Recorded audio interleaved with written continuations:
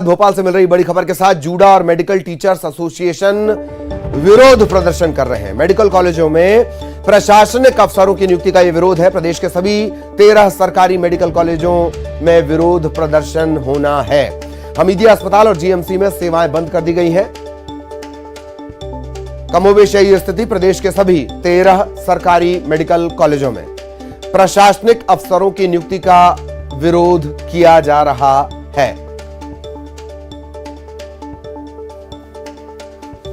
Emergency सेवाएं ठप हो सकती हैं और तमाम जो अधिकारी डॉक्टर्स हैं और साथ ही पूरा अस्पताल का अमला है पूरा इनके साथ मौजूद है। महिला डॉक्टर्स भी साथ हैं और तमाम डॉक्टर्स हैं, सीनियर डॉक्टर्स यहाँ पर हैं। सर, विरोध किया जा रहा है, 11 बजे तक का समय है, उसके बाद क्या आप फैसला लेंगे? सर, अभी तो 11 बजे तक की बताई है, हम लोग की प्रणाली निर्धारित है। अगर वहां से कुछ सकारात्मक निर्णय आ जाता है तो उसके हम लोग अपना विड्रॉ कर लेंगे, लेकिन अगर वहां से कुछ सकारात्मक निर्णय नहीं आता है तो हमारी स्ट्रेटेजी उसी के आधार पर बनेगी कि हमें क्या करना है। प्रदेश भर में और कौन कौन मेडिकल कॉलेज हैं, कितने संख्या में लोग आपको सपोर्ट कर रहे हैं? हमारे पूरे प्रदेश में 13 मेडिकल कॉलेज में हैं, जिसमें करीबन 3,500 के करीब मेडिकल चिकित्सक हैं। वो सभी इस आंदोलन में साथ हैं और सभी लोग अभी 11 बजे तक अपना कार्य बंद करे हुए।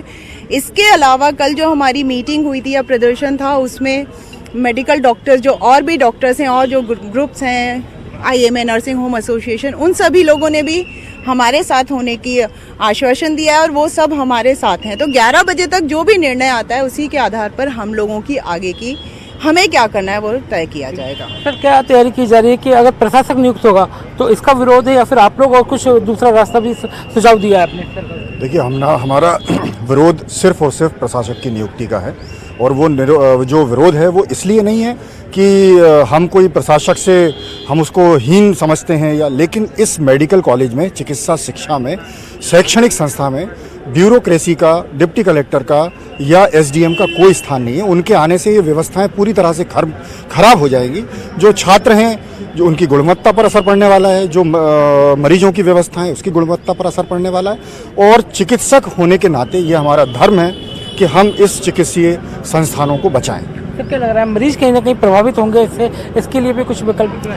देखिए, मरीज प्रभावित हो रहा है ये सरकार की वजह से। सरकार में अगर इतना संवेदनशील सरकार को होना चाहिए कि हमारी आवाज को पहले से ही सुने। हम 2 दिन से बोल रहे हैं, उनको काली पट्टी बांध के हमने विरोध किया। मीडिया के माध्यम से हम अपना पत्र लिख रहे हैं, बात करने की चर्चा कर रहे हैं, लेकिन वो नहीं चाहते। आज हम हड़ताल कर रहे हैं। आज भी हमने इमरजेंसी सेवाएं चालू रखी है। हम किसी मरीज को जान से खिलवाड़ नहीं कर सकते। हम संवेदनशील व्यक्ति, मतलब कि प्रोफेशन है हमारा, लेकिन सरकार इतनी असंवेदनशील है कि अगर ये हमारी आवाज में नहीं सुनेगी तो मरीजों की कल उसको अगर कुछ परेशानियां होती हैं तो उसकी आहें और चीख पुकार और कराहट उनको सुनने के बाद ही क्या कानों पे जूर लगेगी?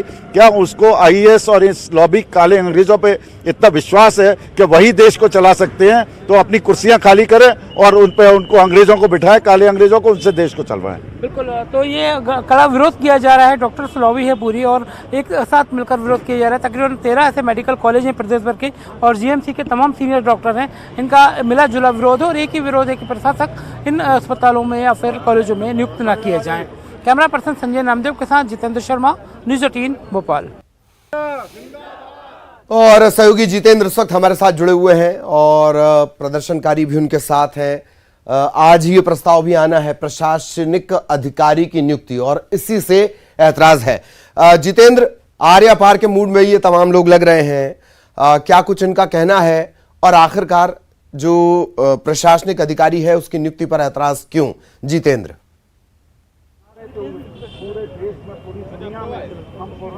बिल्कुल ललित, अगर बात करें तो डॉक्टर्स को भगवान का दर्जा दिया गया और ये भगवान अब नाराज नजर आ रहे हैं क्योंकि सरकार की जो प्रशासनिक व्यवस्था है उसी का विरोध है। तमाम महिला डॉक्टर्स हैं, पुरुष डॉक्टर्स हैं, ये तमाम लोग विरोध कर रहे हैं कि आखिरकार यहाँ पर जो प्रशासक नियुक्त किया जा रहा है उसे लेकर कड़ा विरोध किया जा रहा है। मैम, क्या मांग है आप लोग की, क्या चाहते हैं? बेसिकली हमारी मांग नहीं है, जो निर्णय लेकर ये हम पे एक SDM लेवल का हमारे डीन के ऊपर एक आदमी बिठाना चाह रहे हैं, हम उसको अपोज कर रहे हैं, स्ट्रांगली अपोज कर रहे हैं। हम नहीं चाह रहे कि ऐसा कुछ भी सरकार करे, क्योंकि हमारी जो मेडिकल कॉलेजेस, जितने भी मेडिकल कॉलेज हैं, आज तक ये कॉलेज 1955 में शुरू हुआ था और आज तक कभी ऐसा कुछ नहीं हुआ कि यहाँ पर कोई एडमिनिस्ट्रेटिव प्रॉब्लम हुई हो। अब से एकदम से ऐसा क्या हो गया कि आप ये सब चीज़ें करना चाह रहे हैं, व्हेन ऑलरेडी PS है, हमारे ऊपर कमिश्नर हैं, सीएमई हैं, एक पूरा डिपार्टमेंट के ऊपर आईएएस बैठे हुए हैं, तो अब इस लेवल का लेकर डीन के ऊपर बिठाने का मतलब क्या है? 11 बजे तक का अल्टीमेटम में तमाम हम एक और आपको दिखाना चाह रहे हैं कि कौन कौन डॉक्टर्स हैं, तमाम जो बड़े बड़े अधिकारी हैं, अब ये आपको देखते हैं। और साथ ही इनको सपोर्ट है जूड़ा का भी, तो जूड़ा भी इनके साथ नजर आ रहा होगा आपको, और तमाम महिला डॉक्टर्स भी हैं और भी जानने की कोशिश करते हैं। मैम, आखिरकार 2 बजे और 2 घंटे का और अल्टीमेटम दिया हुआ है, क्या लग रहा है कि उसके बाद फिर आप लोग जो इमरजेंसी सेवा भी प्रभावित हो जाएगी? बिल्कुल प्रभावित होगी। अगर वो सकारात्मक निर्णय नहीं आता है या वो लोग बोलचाल की स्थिति भी नहीं बनाते हैं तो डेफिनेटली हम लोगों को मजबूरन हमारी इमरजेंसी सेवा भी बंद करनी पड़ेगी। तो तय सी बात है कि मरीज परेशान होंगे, आम जनता परेशानी होगी। मुद्दे की बात मुझे लगता है ये भी है कि जब पता है कि चिकित्सा शिक्षा महाविद्यालय से जुड़ा क्षेत्र है तो वो लोग पहले हमसे बात करते क्यों नहीं है। दूसरी बात, बहुत सिंपल शब्दों में कहा जाए तो यह है कि हमें अगर घर में कोई मुखिया बनाना होता है तो घर के ही सदस्य को मुखिया बनाया जाता है, ना कि हम पड़ोसी में से पड़ोस के किसी आदमी को उठा के उसको मुखिया बना देते हैं। तो ये बहुत बेसिक सी बात है, क्या मंशा है उनकी, क्या विचार कर रहे हैं, क्या चाहते हैं, इसके बारे में समझ में नहीं आता है। नैतिक तौर पर बोला जाए तो वो किसी न किसी तरह से हमको भी और जनता को भी परेशान ही कर रहे हैं। कम्युनिकेशन गैप कहीं ना कहीं रहा है, क्या कमियां नजर आ रही हैं आपको? कम्युनिकेशन गैप हमारी तरफ से नहीं रहा है। हम पिछले 1 साल से इस मुद्दे को लेकर शासन के साथ बातचीत करने का प्रयास कर रहे हैं। 2 बार 3 बार हम अपने काली पट्टी बांधकर संकेतात्मक रूप में हमने अपना विरोध प्रदर्शन किया। हमारी तरफ से कम्युनिकेशन की कोई कमी नहीं है। कोविड काल से लेकर आज तक 2020 से लेकर 2022 तक हमने पूरा, आपने देखा होगा, बिना किसी ब्यूरोक्रेट्स की मदद के सारे मेडिकल कॉलेजेस ने इस पूरी देश की जनता को संभाला। कहीं उनकी जरूरत नहीं, कहीं उनकी कमी महसूस नहीं हुई। आखिर आज ऐसी क्या जरूरत पड़ रही है जो इन ब्यूरोक्रेट्स को लाना पड़ रहा है? हम अभी भी ये मानते हैं कि सरकार 11 बजे इस प्रस्ताव को खारिज कर देगी और हम सब अपने अपने कार्यों पर लौट जाएंगे। जी बिल्कुल ललित, तो तमाम ये डॉक्टर्स हैं, इनकी एक ही मांग है कि प्रशासक नियुक्त न किया जाए और इसी बात का खासा विरोध यहाँ पर किया जा रहा है। 13 मेडिकल कॉलेज भी इनके सपोर्ट में खड़े हुए हैं। ललित जी जी, ब्यूरोक्रेट्स क्यों आ रहे हैं और आ रहे हैं तो बिना पूछे क्यों आ रहे हैं? बहुत बहुत शुक्रिया जितेंद्र, लेकिन आप हमारे साथ बने रहे। एक और अहम खबर है, इसे लेकर भी हम जितेंद्र के पास चलेंगे। भोपाल से बड़ी खबर है, पूर्व मंत्री उमंग सिंघार के बंगले पर पुलिस की सर्चिंग लगातार जारी है। भोपाल में अलग अलग ठिकाने यहां पर दबिश दी गई है। शाहपुरा स्थित बंगले का यह बात निकलकर सामने आई है। शाहपुरा स्थित जो उनका बंगला है उसका व्यावसायिक इस्तेमाल हो रहा है। वेब सीरीज की शूटिंग के लिए इसका इस्तेमाल किया जा रहा है।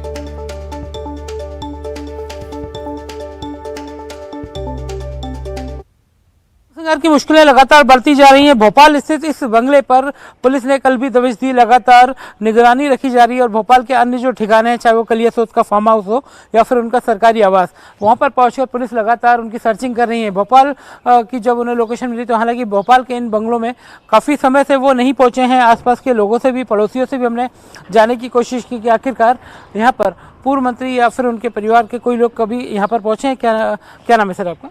यशराज ठाकुर। कभी यहाँ पर पूर्व मंत्री उमंग सिंघार कभी आए यहाँ पर? कभी बहुत कम दिखते हैं कोई भी इधर आता हुआ उनके परिवार से। आई कुछ पोर्शन रेंट पे दे रखा है किसी को, लेकिन कोई दिखता नहीं है ज़्यादा। ये बताएं, कुछ वेब सीरीज के लिए भी ये मकान दिया हुआ रेंट पे शायद? हाँ, कभी कभी यहाँ वेब सीरीज की शूटिंग होती रहती है इस पूरे पोर्शन में, जिनका ऑफिस इधर ही है। मगर वो यहाँ पर कभी नहीं आए? नहीं, कभी ऐसे हमें तो कभी नहीं दिखे वो। बिल्कुल।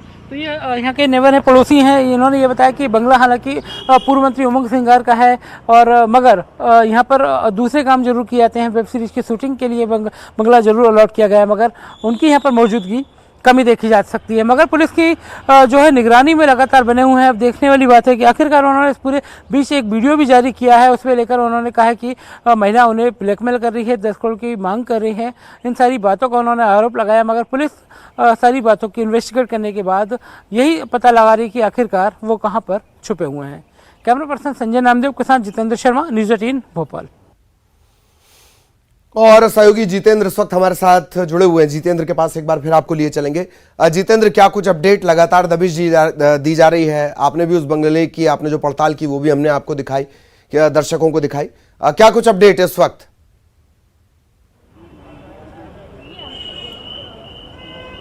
बिल्कुल ललित, अगर बात करें तो पूर्व मंत्री उमंग सिंगार का भोपाल में भी खासा रसूख है और भोपाल में उनकी काफ़ी प्रॉपर्टी है, चाहे कलियासों डैम हो, शाहपुरा पे पॉश कॉलोनी में उनका बड़ा सा बंगला हो, और इसके अलावा और कई ऐसी नामी छुपी हुई बिल्डिंग हैं, कुछ इमारतें हैं जो भोपाल में है। यहाँ फिलहाल व्यावसायिक प्रयोग किया जा रहा है। हर जगह पर पुलिस दबिश दे रही है, मगर पुलिस को अभी बैरंग लौटना पड़ रहा है। पुलिस वहाँ पर पंचनामा बना रही है, लोगों से बातचीत कर रही है। हालांकि उनसे टेलीफोनिक बात करने की लगातार कोशिश की जा रही है, मगर वो बात नहीं कर रहे। उन्होंने वीडियो जारी कर साफ तौर पर कहा कि उन्हें ट्रैप किया जा रहा है, उनसे 10 करोड़ की मांग की जा रही है, उन्हें ब्लैकमेल किया जा रहा है। हालांकि पुलिस उन तक कब पहुंच पाती है ये देखने वाली बात है। उसके बाद ही स्पष्ट हो पाएगा कि आखिरकार इस पूरे मामले में मामला तो दर्ज हो चुका है, मगर पूर्व मंत्री कब तक पुलिस की गिरफ्त में आ पाते हैं, क्योंकि पुलिस अब ताबड़तोड़ सर्चिंग में जुट चुकी है। ललित जी जी जी, बहुत बहुत शुक्रिया जितेंद्र इस तमाम जानकारी के लिए। रायपुर का रुख कर रहे हैं, रायपुर के दौरे पर हैं बीजेपी के प्रभारी ओम माथुर।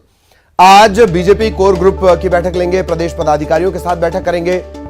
मोर्चा अध्यक्ष, जिला प्रभारी, सह प्रभारी, जिला अध्यक्ष, इन सभी की बैठक लेंगे। संभागीय प्रभारी और प्रदेश पदाधिकारियों के साथ भी वो चर्चा करेंगे। आज शाम को बीजेपी के सांसद और विधायकों के साथ उनके बैठक करने का कार्यक्रम है, तो लगातार बैठकों के सिलसिले चलेंगे। कल वो रायपुर पहुंचे, स्वागत हुआ, भव्य स्वागत हुआ। मंशा उन्होंने साफ कर दी कि अब स्थायी तौर पर बीजेपी को लेकर आना है, कहीं कोई चुनौती उन्हें नजर आती नहीं।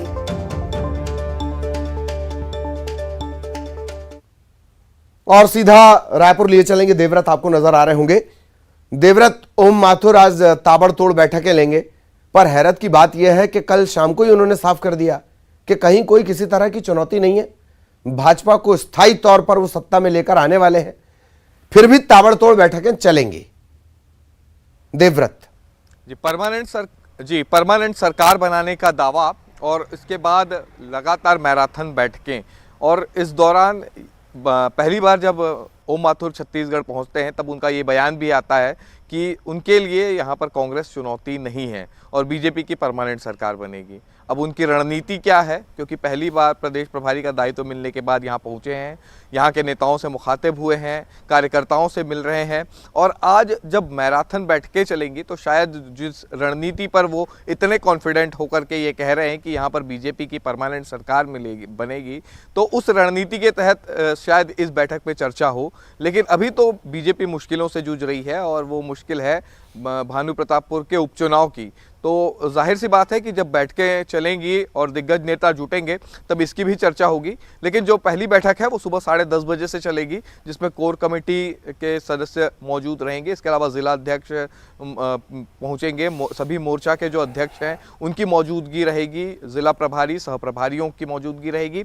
इसके बाद संभागीय बैठकें होंगी और साथ ही साथ सांसदों और विधायकों को भी बुलाया गया है, उनकी भी बैठक ओम माथुर लेने वाले हैं। और इसके बाद कोर ग्रुप के सदस्यों से 1-to-1 चर्चा भी होने वाली है। 1-to-1 चर्चा का सीधे तौर पे अगर हम ये कहें कि ये जानने की कोशिश होगी कि नेताओं के बीच और अभी छत्तीसगढ़ में बीजेपी की स्थिति क्या है, ये एक तरह से जायज़ा ओम माथुर लेने वाले हैं।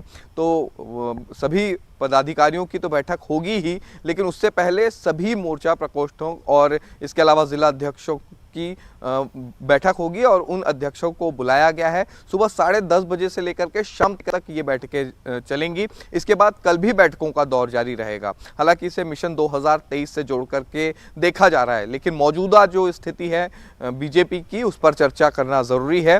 हालांकि यहाँ पर नेतृत्व परिवर्तन हुआ है, कई सारे बड़े बदलाव भी हुए हैं, लेकिन उस दौरान डी पुरंदेश्वरी भी बदल दी गई और अब ओम माथुर यहाँ पर पहुँचे हैं। इनके आने के बाद किस तरह की स्थिति बीजेपी की होती है, कितनी एनर्जी आती है, ये देखने वाली बात होगी। लेकिन आज जो मैराथन बैठक चलेगी उसके बाद ये साफ हो पाएगा कि आगे किस तरह की रणनीति पर बीजेपी यहाँ पर चलती है। जी बिल्कुल बिल्कुल, बहुत बहुत शुक्रिया देवव्रत आपका इस तमाम जानकारी के लिए। भोपाल से बड़ी खबर, शिवराज कैबिनेट की बैठक आज होनी है, कई अहम प्रस्तावों पर मुहर लग सकती है। निजी जमीन पर बनी पुरानी बहुमंजिला इमारतों को तोड़ने पर सरकार इंसेंटिव देगी। यह सब होगा रीडेवलपमेंट पॉलिसी 2022, शहरी इलाकों में लागू। निजी विकास प्राधिकरण, हाउसिंग बोर्ड, इनकी जो कॉलोनियां बनी उन पर भी लागू होगा। पिछड़े वर्ग के युवाओं को विदेशों में स्वरोजगार उपलब्ध कराने की योजना का प्रस्ताव आ सकता है। साइबर सुरक्षा, आपातकालीन घटना के बचाव के लिए राज्य computer security incident response team इसके गठन का मसला भी आज कैबिनेट के सामने आ सकता है।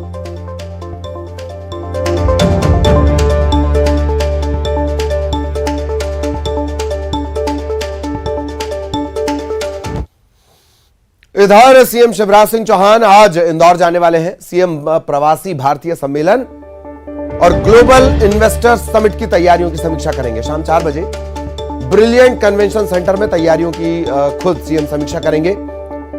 एमएसएमई और स्टार्टअप को लेकर सीएम कंपनियों के साथ एमओयू भी करेंगे। सरकारी स्कूलों को सीएम स्मार्ट बनाने के लिहाज से सौगात दे सकते हैं, सौगात देंगे। इस कार्यक्रम में कैलाश विजयवर्गीय भी शामिल होंगे। वहीं भंवरकुआं चौराहे पर बनाए जाने वाले फ्लाईओवर के भूमि पूजन कार्यक्रम, इसके अलावा खजराना के दूसरे फ्लाईओवर का भूमि पूजन, ये भी मुख्यमंत्री करेंगे।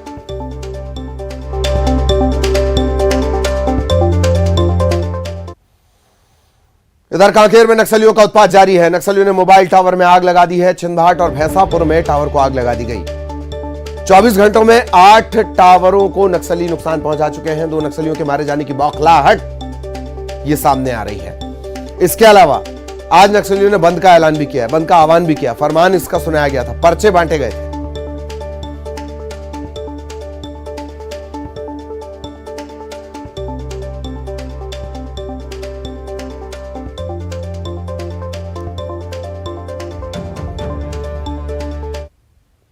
खबर कांकेर से, रिहायशी इलाकों में भालू घुसा है। खाने की तलाश में भालुओं का आतंक बढ़ता जा रहा है। भालुओं की तलाश में वन विभाग की टीम जुटी हुई है। शहर की 3 कॉलोनियों में वन विभाग सर्चिंग कर रहा है। भालुओं के लगातार रिहायशी इलाके में घुसने से लोगों में दहशत का माहौल है।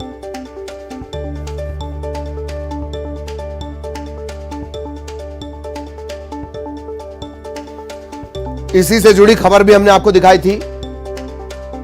डॉगी डेजी जिसने अपने मालिक की 2 बार जान बचाई, उस अकेले लाल माटवाड़ा, उस अकेले इलाके की बात कर ली जाए तो वहां पर आधे से ज्यादा गांव में भालू घुस चुके हैं। कई बार घुस चुके हैं। खाने का सामान चट कर जाते हैं। और पूरे कांकेर में पिछले कुछ दिनों में रिहायशी इलाकों में भालू के घुसने की घटनाएं बढ़ी हैं। वन विभाग की टीम भालुओं की तलाश कर रही है। शहर की 3 कॉलोनियों में वन विभाग ने सर्चिंग की है।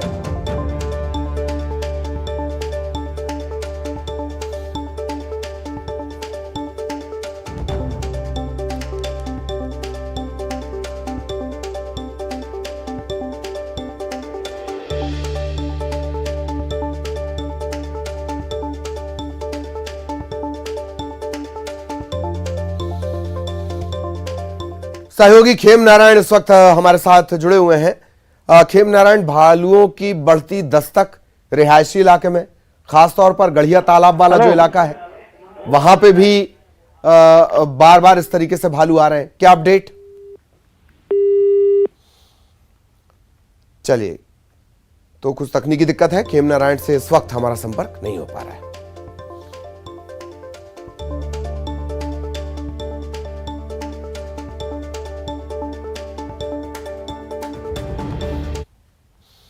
और इसी के साथ इस बुलेटिन में इतना ही। खबरें जारी रहेंगी।